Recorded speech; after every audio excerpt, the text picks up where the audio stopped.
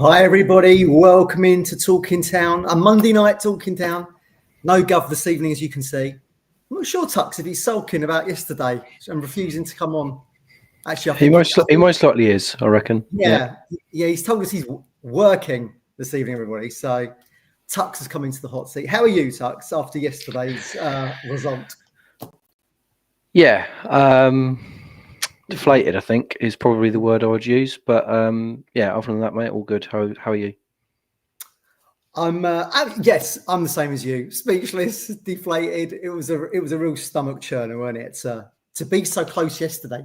Game ends on 87 minutes. We've taken home 3 points, and yet 10 minutes later, we're walking out of the stadium on 97. We've lost 2-1. But before we get into that, Tux, some of the things are sometimes more important than a football match, aren't they? And obviously, people would have seen during the second half yesterday there was an emergency in the director's box, and as it transpired after the game, we find out it was Simon Milton, town royalty, that had been taken poorly.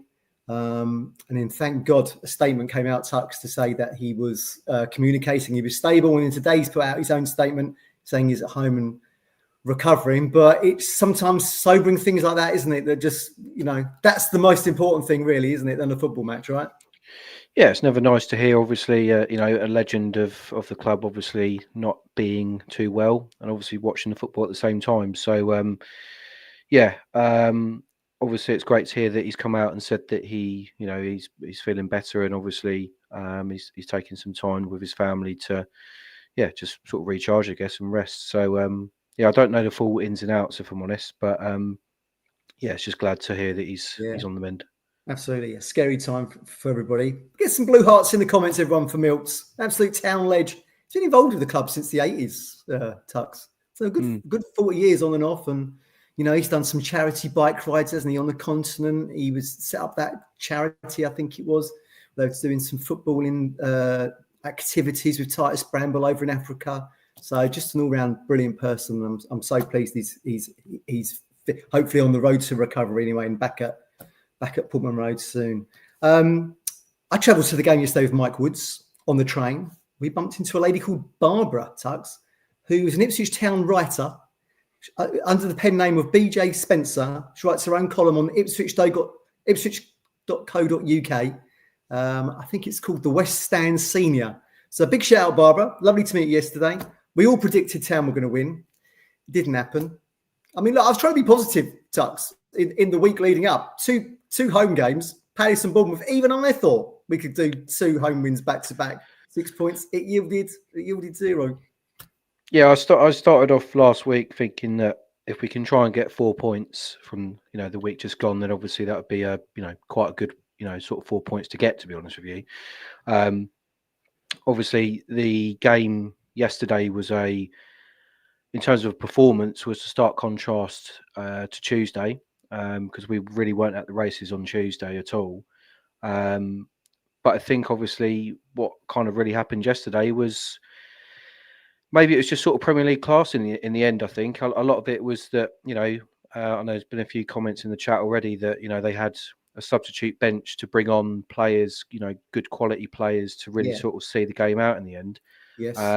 Whereas we don't have that currently at the moment. Obviously, we've got a League Two striker sitting on the bench, coming on to take the place of Delap, who probably ran his race, certainly before even the second half kicked off. To be honest with you, so there's going to be changes, I think, in January, and I think Ashton's already confirmed that that we will spend money and we will look to get players. But I think my concern would be is that the further we get into this season, if we still haven't picked up wins, if we're looking to be, relegation threatened, if you like, why would you want to come to us unless you're looking to obviously play Premier League? But if you look at somebody like Latte Laff, who's at Borough at the moment, why would he want to come to us when he's at a promotion challenging side at Borough, where he could play Premier League football next year anyway? So, for me, it's Good It's point. about where we are at the moment. It's about what sort of players we're going to be going after. And I just don't know where we're going to be come January, because if you look at that fixture list on paper, it's you don't know where that win's going to be coming from. And like, okay, we beat Tottenham, so you'd like to think we put in a performance against the likes of Newcastle and Chelsea to come. But we'll beat them at Pullman Road. We'll do the double over them. Yeah. So, we've done it before. Yeah, it was really frustrating yesterday. I mean, I think I don't care what, level of football that you play, you cannot let a lead slip like that. You just cannot let that slip. No. I mean, fair enough if you get an equaliser late on, that happens. But, to lose it right at the death as well. And, albeit, up until probably the 80th minute, we were probably the better team. I know Bournemouth had chances to score, good possession, stuff like that. But generally, I thought we were the better side throughout the game. And then, there comes a howler from Muric.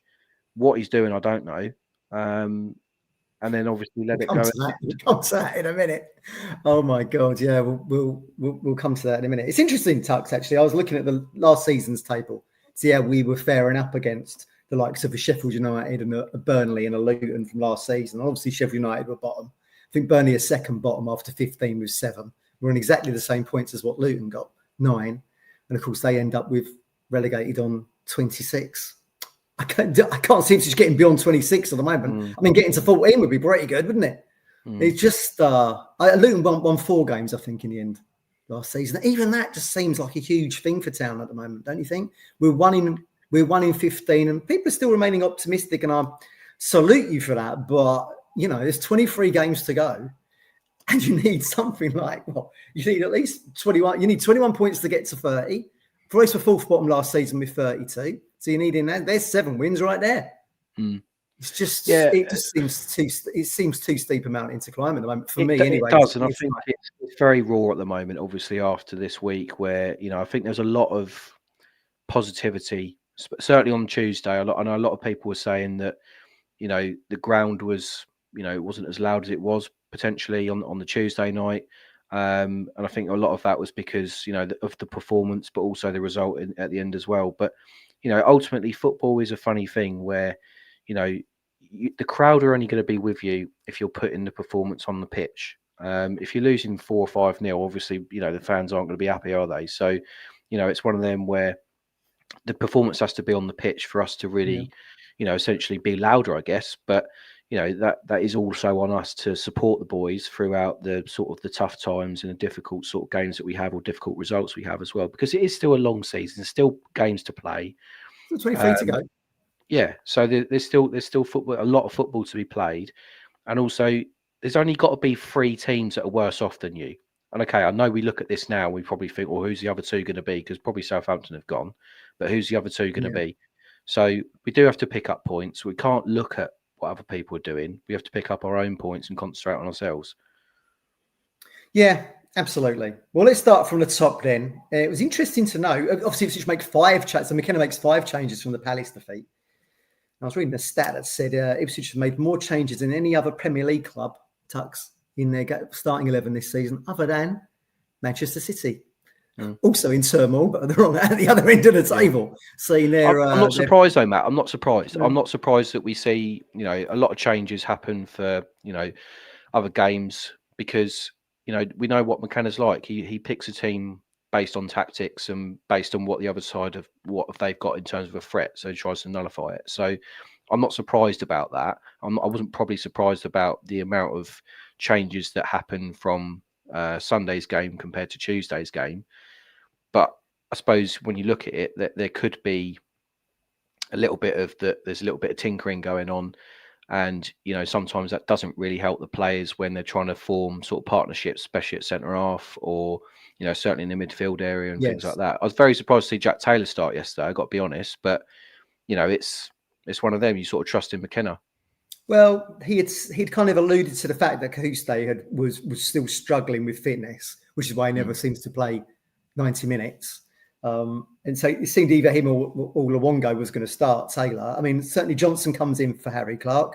This was the funny one for me. Burgess for Greaves. Brings Greaves back for 1 game. The guy who spent 15 mil on, supposed to be playing for England this season, as everyone was saying at the top of the season. Back comes Burgess. We'll come to Burgess in a minute. I thought he was phenomenal yesterday. You know, you rightly say Jack Taylor comes in for Cahuste, Chaplin in for Wes Burns, and Smodics in for Jack Clark. So Jack Clark is another one who's brought in for one game, dips out again. And as people are saying, and you know, and there is an element of tinkering there. First of all, I don't think McKenna. Maybe it is panic stations for McKenna a little bit.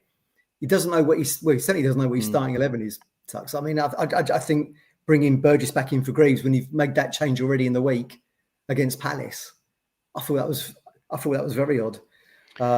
Yeah, I think there's going to be an element of tinkering. There's going to be, I think, from what McKenna was certainly saying, I can't remember when it was, just before the Bournemouth game or after, that we're going to expect injuries because the players are playing up a level essentially.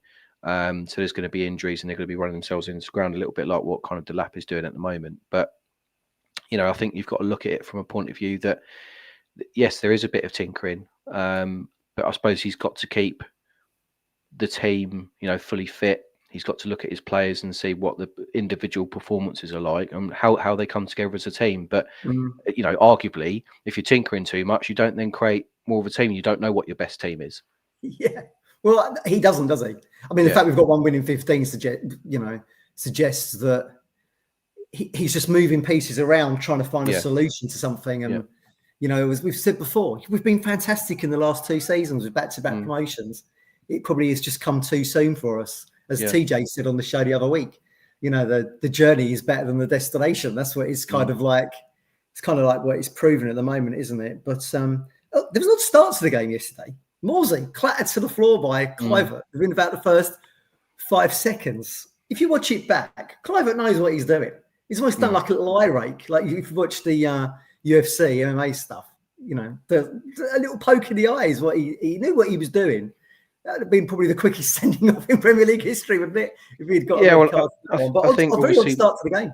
Yeah, I think Morsey's obviously prone for a yellow card, and obviously, you know, teams are getting wise to that as well. So if they can try and get him an early yellow, then obviously that try and sort of takes him out of the game a little bit. And yeah, I think it did affect him a little bit, I think, yesterday. He's not been booked since September, I think. The Villa game was the last time Morsey got booked, I think. It was a hell of a run for him. Yeah. But there's so much time wasting going on from the Bournemouth players, and you know you expect that in like League One and a little bit of the Championship, but there's so much time wasting going on, and just feigning injury, and it's just ridiculous to watch. One of the main culprits. Yeah, I totally agree with you.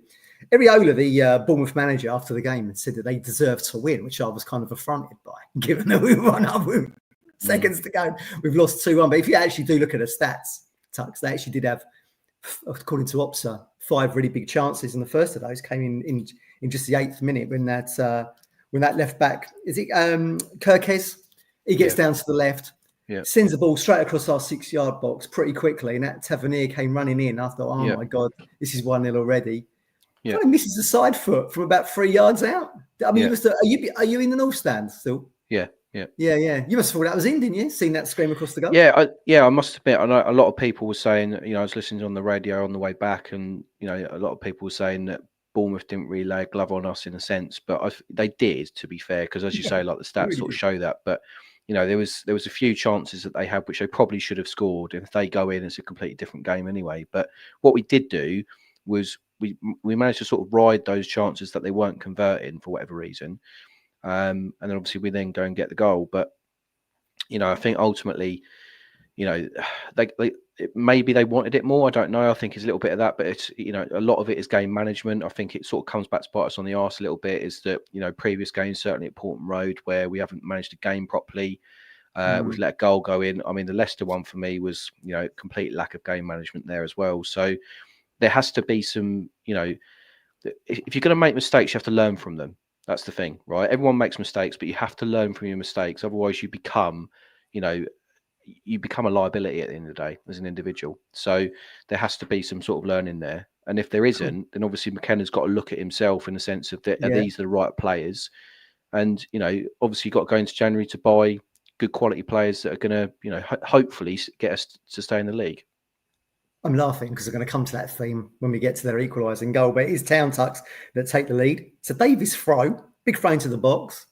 O'Shea jumps up with the ball, nods it down to Burgess, of all people. He brings it back across to the box. And there he is, on the spot now, deadly from 10, 12 yards, Conor Chaplin. gets his first Premier League goal. I was absolutely delighted for him. I think he scored in all 4 divisions now, Tux. Yeah, That's his first Premier League goal. I mean, I've said before, he can strike a ball as sweetly as anyone outside that elite tier of Premier League players, your Haalands, your Salahs. Anyone below that, I think Chaplin's technique, left foot, brilliant. And he sticks it past Kepa and we're on our way, and we 1-0. It's a brilliant goal. Yeah, it's a great goal, and it was really it sort of brought me back to the very start of the game when they did their pre-match warm-ups.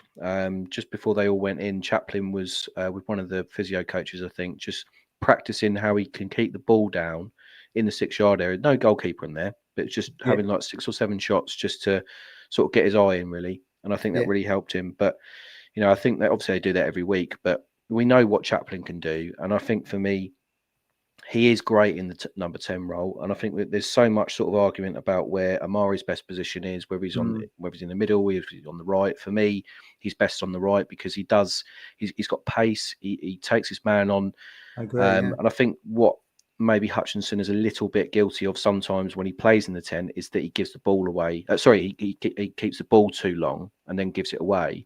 But with Chaplin, what he does do is he looks to always get the ball forward. He looks to get the ball to somebody else, and it's always forward thinking. So I'm not holding on to the ball too much. I'm looking for that pass. Whereas Amari doesn't always do that. He tries to do a bit of trickery. But I think obviously Chaplin is one of those where, tactically, probably again from McKenna, he probably will think about that, Conor's height isn't probably the best for him in a sense, because obviously he wants big, powerful players to come up against Premier League players. Yes. But ultimately, he's probably, in my opinion, the best 10 we've got. And then you've got to have Amari on the right. And it's mad to think, wasn't it, when we started the season off? I mean, he plays against in the Liverpool game, but doesn't make the starting 11 from Man City on till Brentford. Yeah. This was a guy who was like one of the first names on the team sheet, top scorer for 2 seasons running, out of sight, out of mind on the bench, and everyone's kind of forgotten about Conor because you got Amari in there, you got Delap in there, and you got Jack Clark's come in and all this. But it just, someone who's been on the journey, League One to the Premier League for us. I mean, I just think he does so many things. I've said it before. He just does so many things really well, Conor Chaplin. He's such an all-round good player. And I do agree with you. I think he's probably ours. So I do think he's our number 10. Certainly, it seems like Smodics prefers to play on the left of that 3 anyway, doesn't he? And I prefer Amari on the right. We could have gone 2-0 up, Tucks, after 25, 26 minutes. Where did you stand on this one? So I mean, it was given in the stadium as like a Burgess header. I actually think it hits Lewis Cook on the arm and goes in, but VAR looked at it and it was decided that Delap was impeding the keeper. Did you feel like that was like seeing it back? Did you feel like it was harsh? What did you think in real time? I certainly thought we was 2-0 up, and there we go.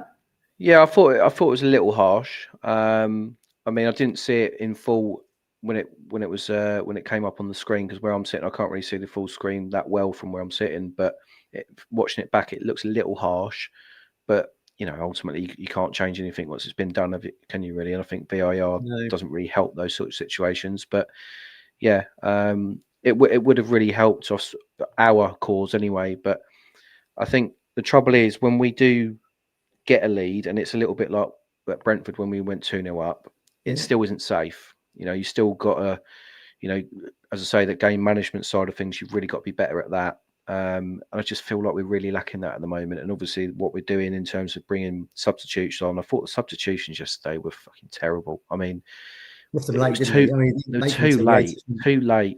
to come on.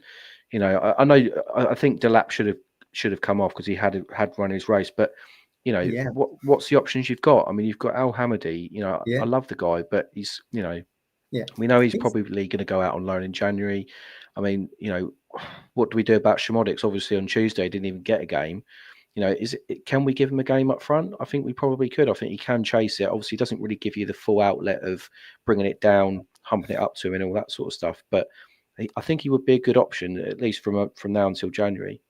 Well, we've played that idea before. I mean, I think I was kind of critical of McKenna and Ashton in the summer, really, putting all their eggs in the Brozier basket. Yeah. Or someone who's not even made an appearance for Everton yet. And here we are in mid-December pretty much. I thought that was very odd. And obviously, as you said earlier, Latte Laff was mentioned. They put in a decent bid for him, but didn't obviously give Middlesbrough enough time to be able to get a replacement in. So that was that was never a starter, really. I mean, Hurst has got a sketchy injury record as it is anyway. He was injured at the top of the season, which is why Hamidi stays and doesn't go out on loan.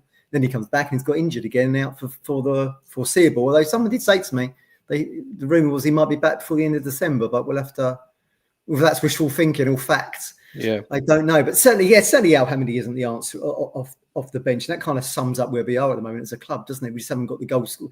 I said at the top of the season, I felt like we were pretty toothless to begin with, and maybe that shouldn't be a surprise when you're going into the Premier League. But we've scored 2 goals in 3 games this season, Tuck. So it was Villa, Brentford, and the win at Spurs. I mean, I think the modern day game now is really about not just your 11 players. It's about your substitutes. Obviously, you get more substitutes now. You can make more than 3 and all that sort of stuff. So they really do have an impact on the game. But as people have said in the chat, and as I say as well, that you've got to look at where we are compared to those in a way. I mean, obviously Bournemouth bring on some fairly decent players that have got pace and freshen things up really. And we can't really do that. Yeah, they can score the goals. Yeah, so they changed the game already, and that's what you want from a substitute. But we can't. It's not we can't. We haven't got that, and that's why there has to be reinforcements in January if we are serious about staying in the league.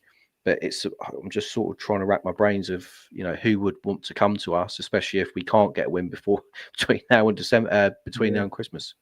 Big shout out to David Bergin over in Ireland. €50. Very generous of you, David. Such a generous chap, cheering us all up here on this Monday evening after the loss. Barbara, who I mentioned earlier, Tux, is in the chat. Hello, Barbara. Great to see you here at Talking Town. Listen, we talk about goal scorers here, Tux. I mean, look, Bournemouth hit the post, don't they, on not too long, I think on the half-hour mark. Tavernier, again, that Cliver had made a bit of a break. Gets taken down. They wanted a penalty. There was a penalty check for it, actually. I think VAR, but the ball fell to Tavernier, and again he's unlucky. Hits the post, but they didn't seem to have to work very hard to kind of threaten our goal, which is why we probably were kind of clinging on. Even though we got to 87 minutes, Tugs, we were kind of clinging on to this 1-0, weren't we? Really? Well, yeah, I think some of it is that we are a bit of a. We seem to have certain individuals that shoot themselves in the foot a little bit. I.e. Muric, where it's coming. We're getting there.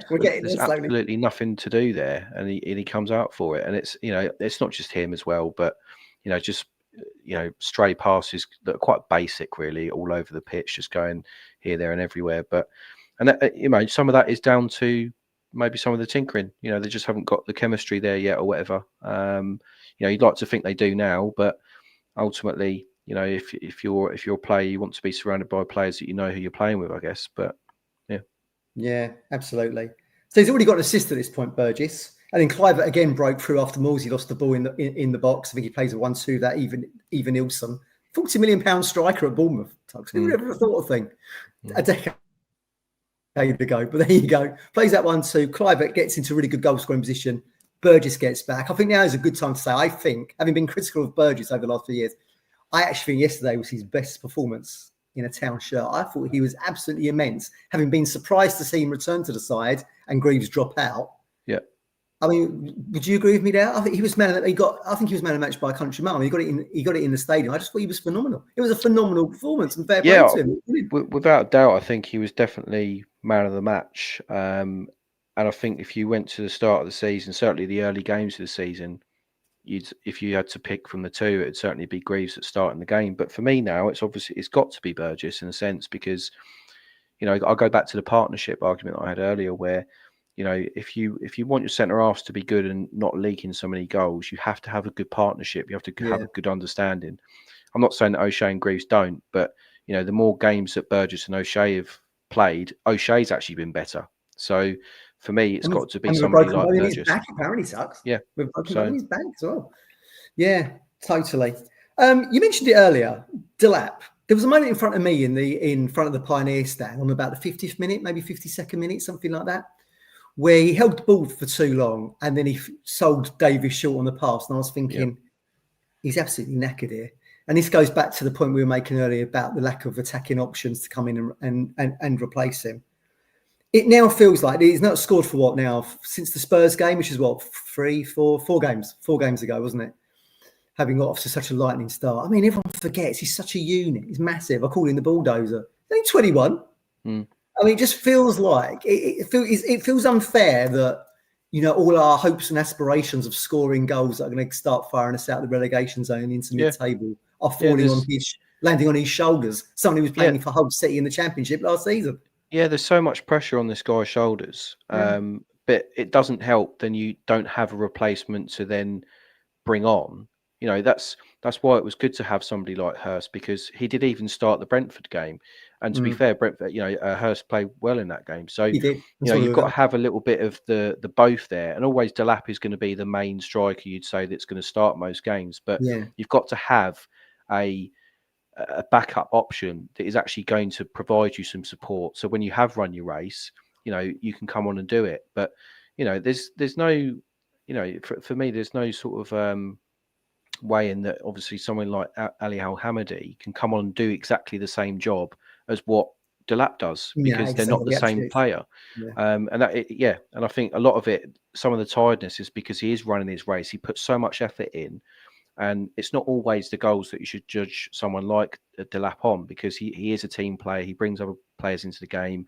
You know, he's always constantly winning knockdowns and things like that. So, you know, it's difficult for him, and I think it's going to be like that until, you know, we get a kind of a backup for him, or someone certainly to challenge Hurst for that sort of backup role as well. But I'm just really concerned about it, because obviously the more that he gets tired and is flagging in certain points in the game, that's when he's going to get injured. And I think if we lose him, we really are up shit street. So we really are. Yeah. Big shout out Oscar S. He's put a $5 in the biscuit tin tucks. Big shout out, Oscar. Thank you so much. He says thank you, TT, for trying to cheer me up. We're doing our best. We're all feeling deflated. We're all commiserate together.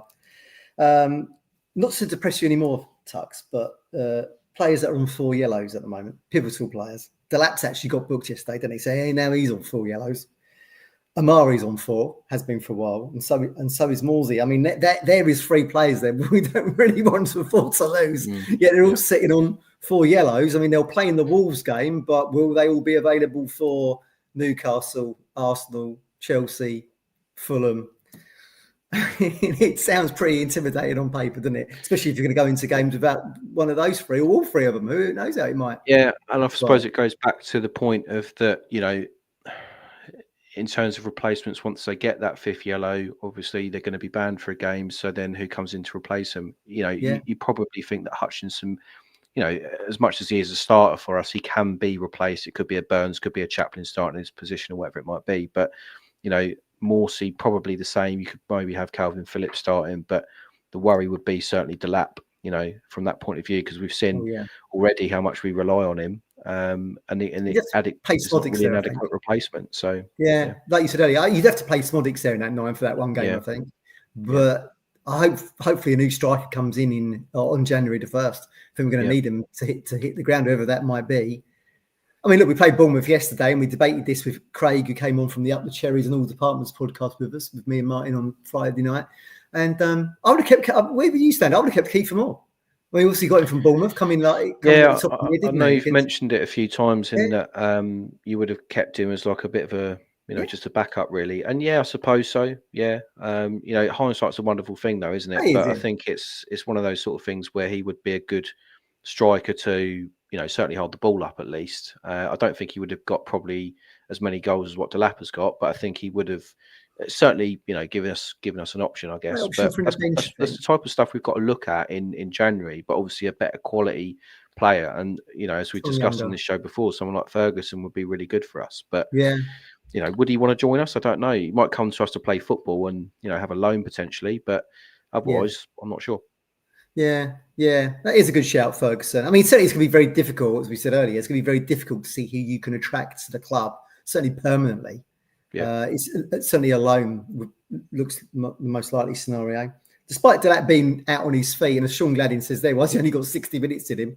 It's a good question. Maybe the local media could ask McKenna. He does combine nicely with Smodics, put Smodics through on his right foot, and the guy who sits next to me, Mick, was up. Smodics right foot. We were both up, thinking, you know, this is his bread and butter in the Championship, but you know, you've got a world-class keeper in Kepa in front of you, and he makes a good save. We just can't. And another guy sits next to me, David, always says to me, Matt, 1 goal's never enough. Even 2 sometimes not enough. Bloody hell, 4-2 at Charlton a couple of years back wasn't enough, was it? When we got 4-4. We just don't seem to be able to get that second goal. As I said earlier, we've only done it 3 times. Villa, Brentford, and Spurs. It would make such a difference, wouldn't it? As you're going into that last 15 minutes, you're 2-0 up, and I think Bournemouth probably would. I mean, they wouldn't have stopped trying, would they? And they would have still pressed us, I think. But we could have just, it takes the pressure off. The tension comes out of the stadiums. I said, it did feel like we was clinging on a bit, didn't it? Yeah, as much as it was deflating yesterday, I'll be honest with you, I'm not hugely surprised that we ended up losing that game, because we've seen it a lot at home where, we should have beaten sides and then we don't, for whatever reason. We either draw with them or we get beat, whatever it might be.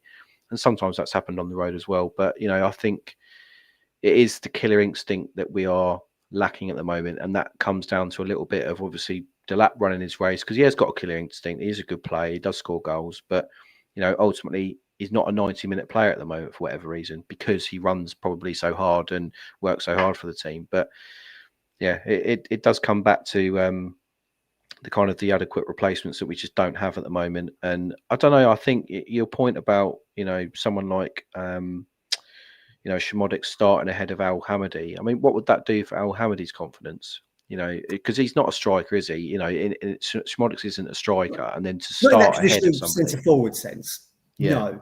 But then Al Hamadi's not a Premier League player either, is he? I mean, at least Shimodic's has learned. At least Shimodic's put the hard yards in and got the top scorer in the Championship last season. And I'm sure Al Hamadi, I think it's a bit of a gift for Al Hamadi at the moment. I'm sure he got told in the summer, well, as soon as we get X, Y, and Z in, you can go off like Cameron Humphreys, go to Wickham, someone similar, and go and enjoy yourself. So I mean, he's only here because needs must, and as you rightly say, I do feel like he could go out in January, free up a spot to at least bring 2 loans in, or a permanent if they can manage it.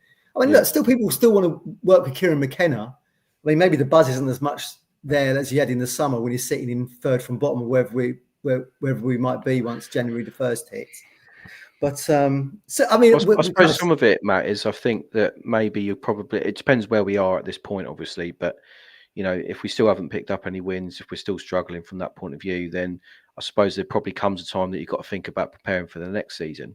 Albeit a Premier League quality player, but you've probably got to look at maybe preparing for life back in the Championship, depending on where we are between now and January comes, I guess. But it's a difficult position to be in, isn't it? Yeah. Do you still do you still put all your eggs in that basket to keep in the Premier League, or do you have one eye on the Championship? Well, I think you've got to, haven't you? I mean, you've got to look at it from that point of view, because it's not given that we would stay in the league anyway. So you've got to look at it from a point of view that we have to be a sustainable club. And I think Ashton would probably look at that, and he probably knows for a fact that obviously we've come up from League One quite quickly.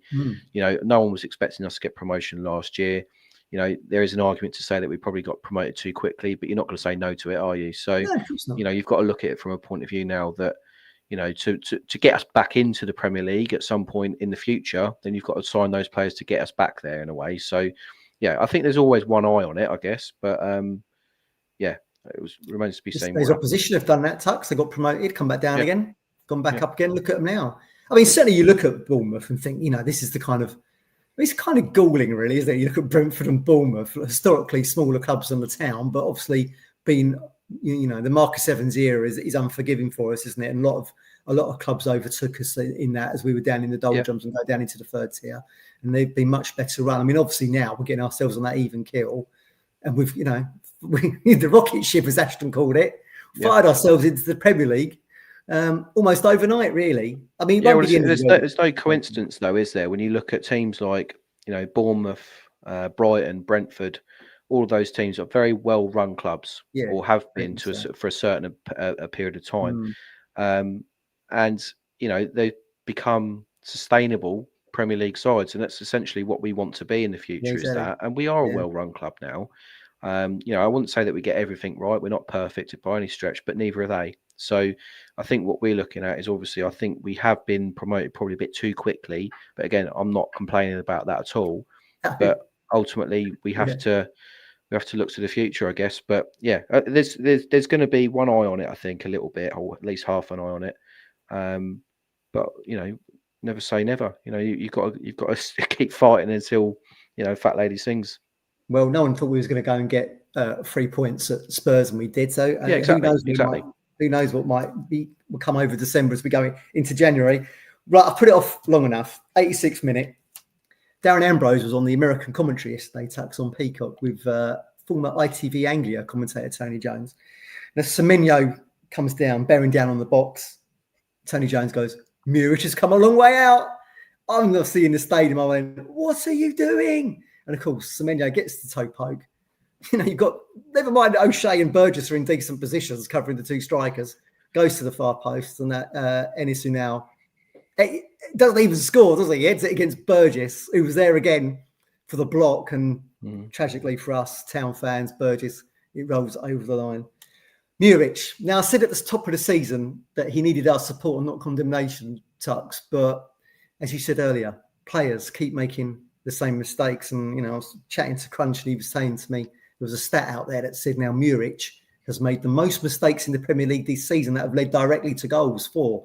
I'd say that's 2 against Man City, Brentford and yesterday. So having seemed like he was back on an even keel since Brentford, Muric, where are you on the, I mean, because I know you thought Walton should start the season, didn't you? I remember going back to the summer thinking he would play his middle. Actually, you were right, albeit with Muric being injured. But where do we all stand? Put it in the comments here. Are you Muric or are you Walton? Put it in the comments for me, everybody. Tux, what's your take on it? It's a difficult one because it's a difficult position to sort of just chop and change. And I get why he's stuck with him. But ultimately, when you look at it, you know, some of these losses are down to individual errors.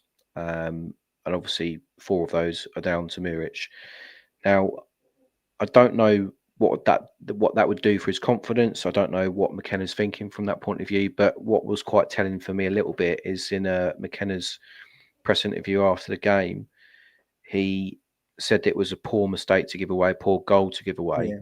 And it's not very, I wouldn't say it's very regular that McKenna comes out and says things like that because we all know who he's talking about. Obviously, he didn't obviously mention names, but we know who he's talking about. So from that point of view, he is. I think he's got to be looking at it. But I don't know. I don't know if we need a new goalkeeper in January. I don't know if that's an area that we need to look at as well. I don't know what happens to Walton from that point of view. Slicker, of course. He's always looked pretty good in you know, obviously not games but at high stakes like the Premier League. But he's always looked pretty handy to me. Slicker.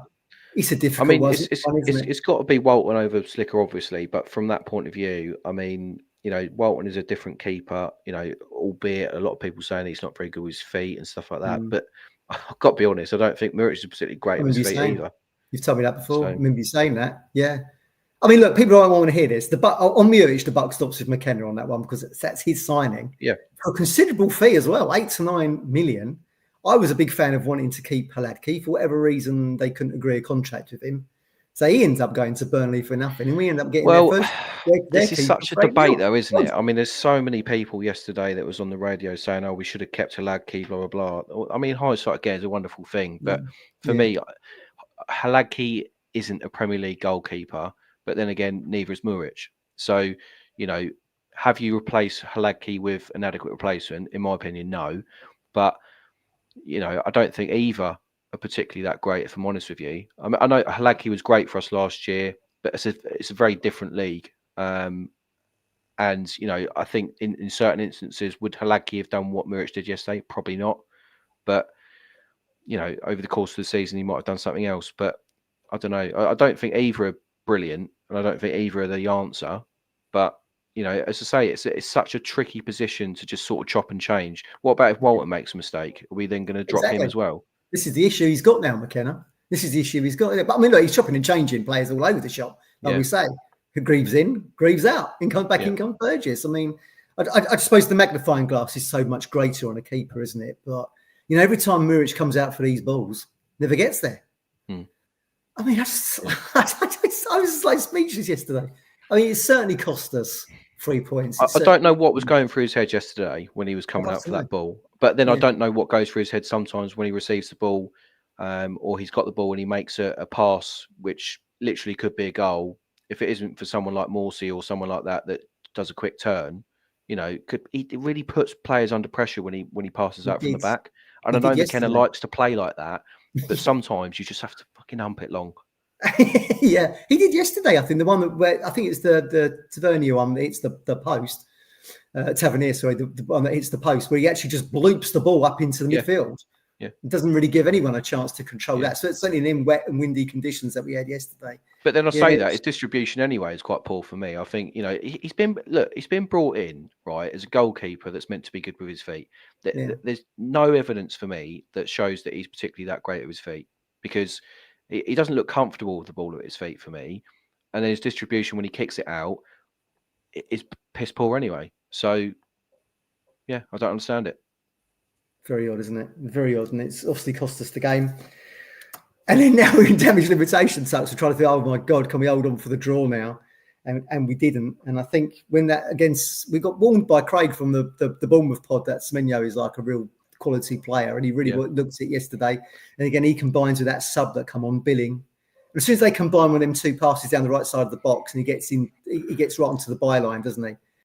I just knew that was going to go in. And actually, to be fair, Semenyo was causing Johnson all sorts of problems yesterday. I mean, I didn't think Johnson was brilliant, but you know, when you're coming up against that type of player, then obviously you're going to get a bit of you're in a game. But I don't think he dealt well with him, to be honest with you. But he did cause us problems all over the pitch yesterday. And the trouble is, you have to shut down their best players, or at least try to.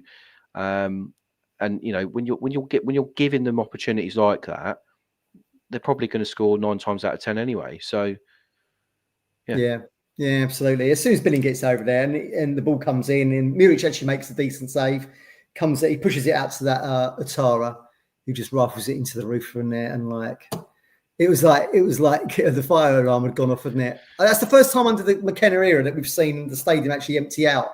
And our McCarthy Lambert eras, Tucks, wasn't it? Yeah, I must admit, in a way, I was sort of sorry to say it, but I was one of those that left as soon as that goal went in.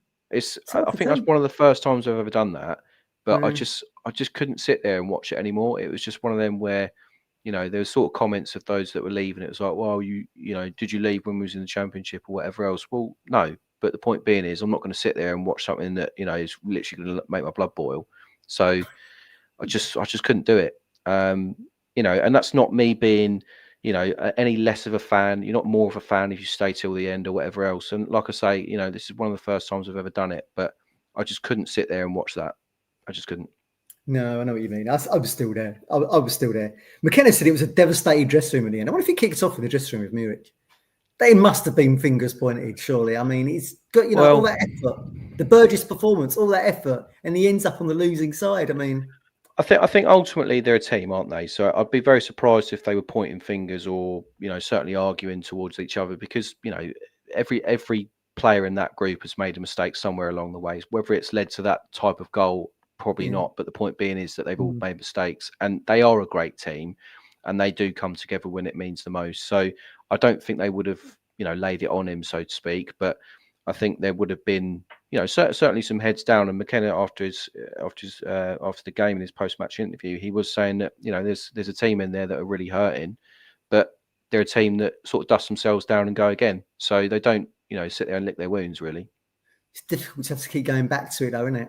You know, yeah, we've been here with Leicester. Obviously, we got the draw in that game. Well, it's 3 90-minute goals, isn't it? Obviously, yesterday, Leicester, Brentford get the winner against us when we thought we pulled it out the fire to get the 3-3. Obviously, we have one ourselves, don't we? Morsey at Southampton. But we've got 3 against, you know. I mean, where do we go from here, Tux? I mean, Wolves on the horizon. They've not looked great shakes. I mean, I see they're 0-0 West Ham at the moment. Everyone's saying they don't look very good. But on any given day, they've beaten Southampton at Molineux. They've gone to Craven Cottage and hammered Fulham. Yeah, I mean, at the moment, I'm expecting them to beat us next week, quite frankly. Yeah, that's my take. Anyone can beat anyone in this league. That's the beauty of the Premier League at the end of the day. But I think if we look at it with our eyes on, in the sense that this is the club that we watch the most, you know, there is some real issues that need to be sorted out. Whether that's personnel, whether that's sort of areas of the pitch, I don't know. But, you know, I think McKenna's not stupid. He knows what's going on, and he has to look at it from that point of view. And, you know, I think there will be changes again. You know, I'm unsure whether that change will be in the goalkeeping department, but I think there'll be changes on the pitch, I think. There was a lot to make from the Palace game, wasn't it? Like you say, you're trying to get partnerships together. I mean, some was enforced, wasn't it? Like with Taylor coming in, but certainly just feels like a revolving door, doesn't it? Old Clark one way, then comes Smodix, you know. I mean, and we've still got Broadhead waiting in the wings. Is he going to get a nod at Wolves? I was expecting to see him yesterday. I won't lie. Yeah, I'm fully expecting him to go out on loan in January, if I'm honest with you. I think he'll be a bit plot player until January, and then I think he'll probably go somewhere like Sunderland again, and probably rip it up in the Championship. But you know, ultimately, is he really the answer for, you know, the Premier League? You know, I don't know if he's Premier League quality, if I'm honest with you. I mean, I don't think he's really that much better than Jack Clark. I don't think he's that much better than Wes Burns. So, you know, they're all the same sort of level, unfortunately, at the moment. They've all been playing Championship football, where we need to go and look at Premier League sort of experience and quality. It was great when they were in the Football League, like you say, they're all at that level, and you could bring one in and out, and fantastic. If you heard my phone going off just a minute ago, everybody, Martin putting in the chat here, phone going off, £10 fine. It was Martin phoning me. Does he not know we're doing a show, Tux? He doesn't know we're doing the show right now. Idiot. It doesn't help that Ogbeni is injured either, to help out with some of the options there. But I mean, I wasn't really massively impressed by him either. I've said before, the best I saw him play this season was on the telly for Republic of Ireland against England. So again, he was another player. Again, it's another one that's come into the club. You know, he's one of 10, 11 signings that we've made. So he's going to need time to sort of bed in and, you know, essentially find his feet, I suppose. But, you know, as I said earlier on in the season, especially when we lost who did we get beat by in the cup earlier on this year? Wimbledon, yeah. So Chaplin came out and said that we need time. We don't have time, Conor. You know, at the end of the day, it's simple as that. Yeah. So, you know, but that's what these players do need. They need a bit of time from that point of view, but they just don't have it, and they can't have it if they want to stay in the league. You know, it's as simple as that, really. But I think, you know, and some of that does come down to McKenna. You know, Kieran tinkering with things. You know, as much as you think it might help from a tactical point of view, I do feel that players need to have a bit of stability now and again. Yeah. I mean, it's difficult, isn't it, to say anything bad about McKenna, given what he's done for us. But you have to think that he's also learning on the job himself. I said this earlier last week. Well, I said it after the Everton game, to be honest with you. It's a big shock to go from the Football League into the Premier League and go against the likes of that Semenyo and all those players of Clivert we saw yesterday. And that's only as a mid-table side against Haaland, against your Salahs and all that kind of thing. And McKenna's having to go against, you know, really seasoned managers. I mean, Areola yesterday's come out in the Spanish League with Rayo Vallecano. Glasner on Tuesday lifted the Europa League with Frankfurt 2 years ago. I mean, you know, Kieran's still a rookie compared to them, really. Yeah, and to be fair to him, he's doing all right. Like, I don't think he's doing a terrible job whatsoever. Like, if you think about it, most of these games we've been competitive in, and we're in the game. It's just towards the end, and when, you know, we start making substitutions, and obviously the opposition have a better quality subs to bring on, they have a better quality team. That's when we do struggle, and that's going to be the case, unfortunately, until we look to try and strengthen in January, I guess. Yeah. The bench is an issue, isn't it? I mean, it was a real saviour for us last season. I mentioned last week, like, you know, we were 2-1 down to Bristol City at home. Burns comes on, absolute rocket. We win 3-2. They were kind of saving us, weren't they? We just don't have that luxury against this level of opposition. And like you say, the quality isn't there. Be very interested to see what happens at Molineux on Saturday, Tux. I mean, will we have another goalkeeper in there? Will there be other changes? Will Delap start? Do they want to put, you know, he's a young lad, 21. Do they might start him on the bench, put Smolix down the middle? Generally, the first can't come soon enough, mate. So try and get some bodies in. Do you know what I mean? Yeah. But there we have it. Right, I think we're going to leave it there, Tux. Thanks for joining us, everybody. We haven't got any outro tonight, I don't think, because of I don't know why Martin's playing that, phoning me during the show. So I was thinking, Tux, you could just do one of your little going for gold waves, and we'll just discreetly put our laptop covers down, and we'll see you all very, very soon, everybody. Take care. Cheer up. See you soon. Yeah.